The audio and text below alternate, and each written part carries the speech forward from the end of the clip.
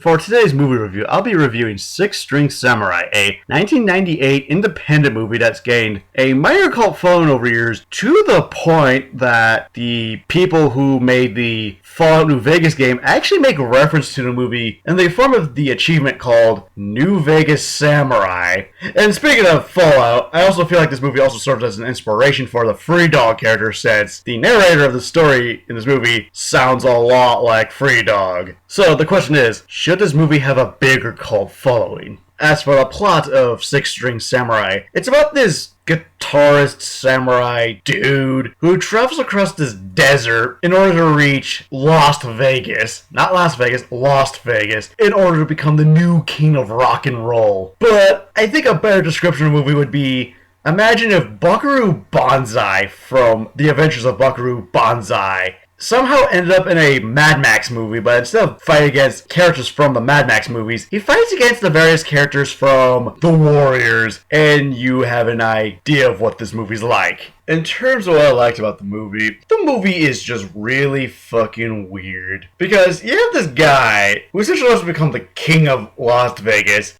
and throughout this movie, he's being followed by a physical personification of death itself, who also wants to become the king of rock and roll. That's just so weird. I can't name another movie like this. Also, speaking of the two central characters, the main character himself, the Six String Samurai, he's supposed to be like a physical representation of classic rock, and I like the fact that he looks like Buddy Holly. And Death himself, he's supposed to be like a representation of heavy metal. And also, I like that fact that he looks like Slash. Oh, and the dialogue in this movie is just so weird. I can't name another movie that had dialogue just this weird. Because, to give you an example, Death at one point encounters this like reggae band, and he's about to kill them, but before he kills them, he's just like, nice shoes. Kills them. Next shot, you just see Death wearing the band's shoes. That's just a weird scene in and of itself, but when are you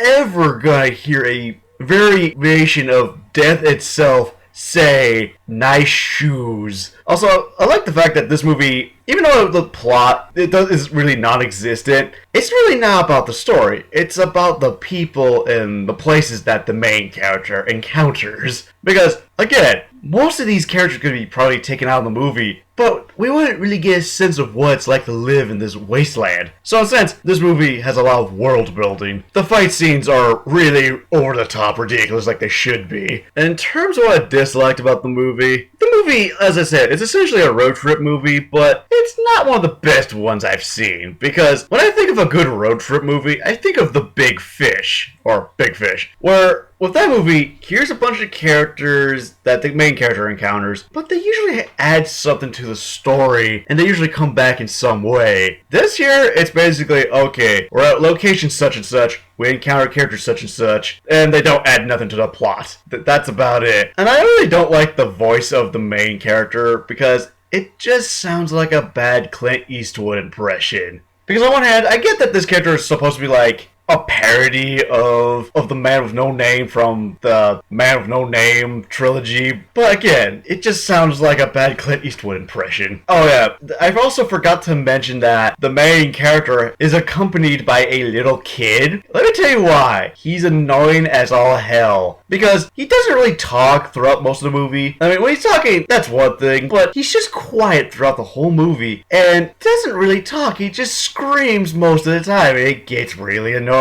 Also, I don't like how they killed Death. Yeah, apparently you can kill Death is one weird thing, but the way they defeat him, it was just really stupid. So, for my final verdict of Six String Samurai, this has got to be the most absurd movie I have ever seen. I can't name another movie like it. And why this movie doesn't have a bigger cult following kinda confuses me. But on the other hand, I kinda understand. But again, this movie is just so absurd that you should definitely go see it. And before I give my final rating, what did everyone else have to say about Six String Samurai?